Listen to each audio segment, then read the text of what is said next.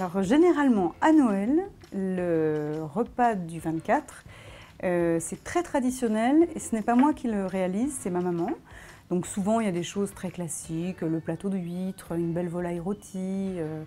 Donc on va rester dans un registre sage et classique. Alors ce que j'adore, c'est je prends la main le lendemain parce que moi je veux tous les restes, les carcasses, le surplus de pain de seigle, tous les produits. Et l'idée, c'est que comme ça fait déjà plusieurs années que je leur fais le coup, c'est d'arriver à les surprendre, parce que quand on est en famille, ils connaissent bien mes recettes, ce sont les premiers souvent à les goûter.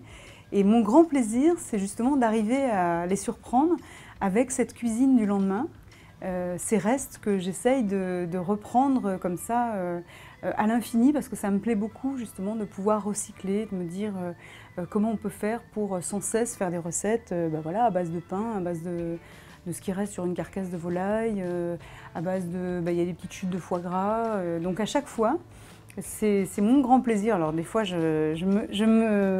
me vois encore dire attention, attention, hein, ça on en laisse un petit peu pour demain, même si c'est très bon, parce que j'ai envie justement de travailler ces fameux repas d'après-fête.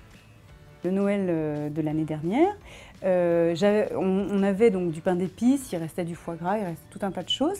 Et j'ai fait par exemple, pour le déjeuner de Noël, il y avait des petits pains d'épices poêlés avec des champignons sautés, du foie gras, des petits légumes pareil sautés.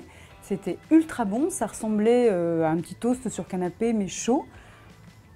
J'ai imaginé le repas en quelques minutes. L'idée, c'est de ne pas passer 3 heures en cuisine. C'est quand même d'être avec tout le monde et faire la fête. Et de montrer qu'on peut effectivement faire des recettes assez simples. J'avais fait également pour ce réveillon, j'avais récupéré toute la viande sur la carcasse de volaille et on avait fait des toutes petites ravioles. Alors, effectivement, ça peut paraître impressionnant de faire des ravioles parce qu'il faut faire de la pâte, etc. Mais comme on a l'habitude, c'est vrai que je passe assez rapidement sur le pliage. Donc on est à, mettons, 6 ou 8. Et c'est assez simple de faire 3 ravioles par personne avec un petit bouillon de volaille et puis ces ravioles très parfumées avec plein d'épices. Voilà, un petit repas très simple. Le foie gras pour le réveillon de Noël, c'est moi qui m'en charge. En général, tout dépend combien nous sommes à table. J'ai une recette incroyable, mais il faut avoir que 500 g de foie gras, donc il ne faut pas être non plus trop nombreux. C'est une recette au micro-ondes. Je n'y croyais pas, c'est une amie qui m'en avait parlé un jour, donc après j'ai essayé de mettre un peu plus au point la recette. C'est surtout l'assaisonnement qui me plaît beaucoup moi dans le foie gras. Et c'est une recette qui fonctionne très très bien. En fait, il faut faire ça dans une petite terrine et cuire le foie gras au micro-ondes. C'est assez impressionnant, mais je dois dire que...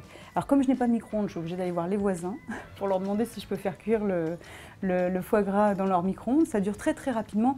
En fait, il faut juste, selon la température du foie gras, quand on fait cuire le foie gras au micro-ondes, il faut vérifier que le foie gras, il y ait des toutes petites bulles qui se forment sur la surface du foie gras. Et là, il est cuit. Même si on a l'impression quelquefois qu'il n'est pas tout à fait cuit, il faut être sûr de soi, ramener le foie gras, le laisser reposer, le presser, et là, le laisser reposer au moins 2 jours, parce que c'est ça qui compte beaucoup dans le foie gras, c'est au moins de le laisser reposer 2 jours avant de le manger.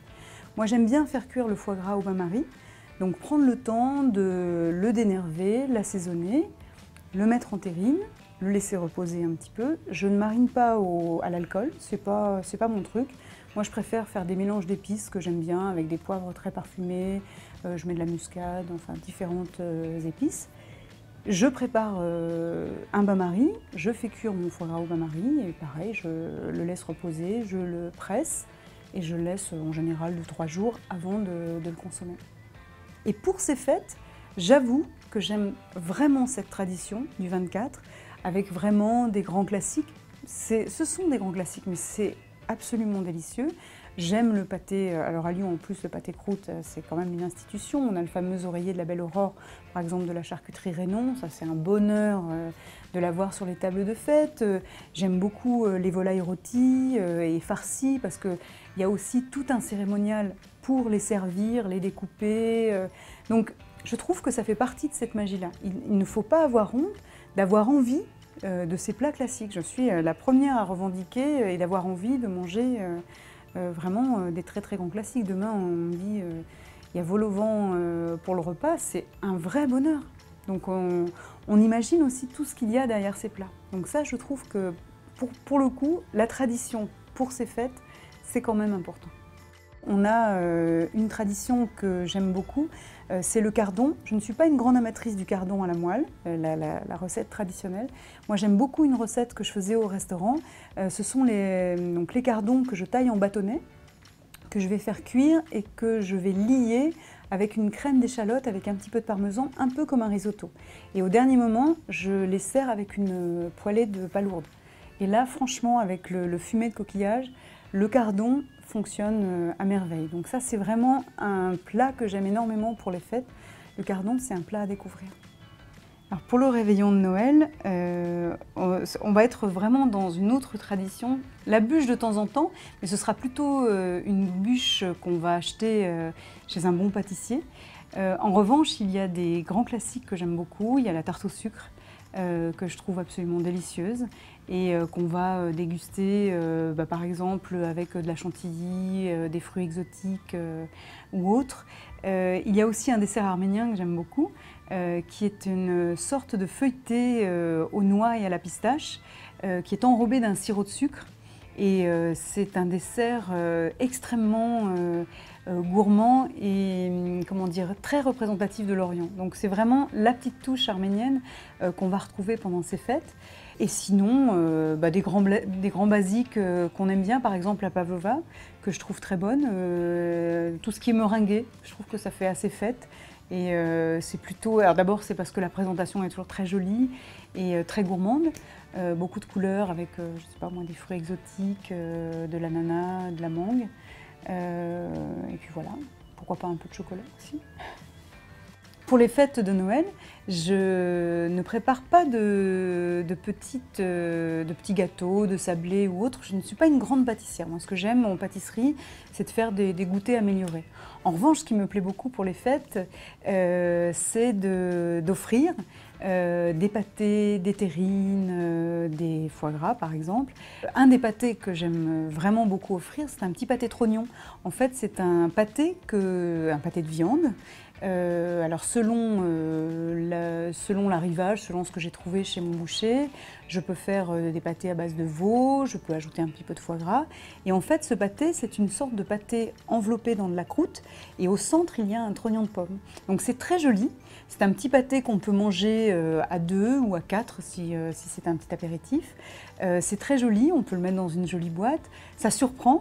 Et en même temps, c'est aussi un hommage à ce recyclage que j'aime beaucoup parce qu'en fait, on utilise tout dans la pomme. Très souvent, donc, je fais la farce à base de viande et des dés de pommes, de la chair que j'ai fait sauter, donc la chair de pomme que j'ai fait confire un petit peu dans du sucre.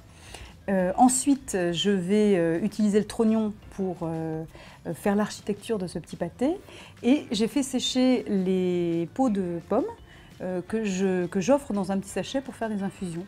Donc ça m'amuse beaucoup et je trouve que ça fait un joli cadeau qui sensibilise aussi au recyclage, à l'anti-gaspillage. Je trouve que c'est un pâté qui me correspond et j'aime bien cette préparation parce que ça fait partie de toutes ces choses qu'on peut préparer une dizaine de jours à l'avance, qu'on va mettre dans son réfrigérateur, qu'on va bichonner pour faire justement des petits paquets et à offrir.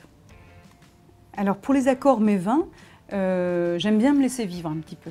L'idée, c'est que je suis très bien entourée. On a énormément de bons producteurs autour de Lyon. Et j'ai aussi des amis sommeliers, notamment Damien Gâteau, de la manufacture de Damien à Lyon, qui proposent justement des accords mets vins qui fonctionnent à merveille avec les recettes que je propose. Donc pour cette partie-là, je me laisse vivre.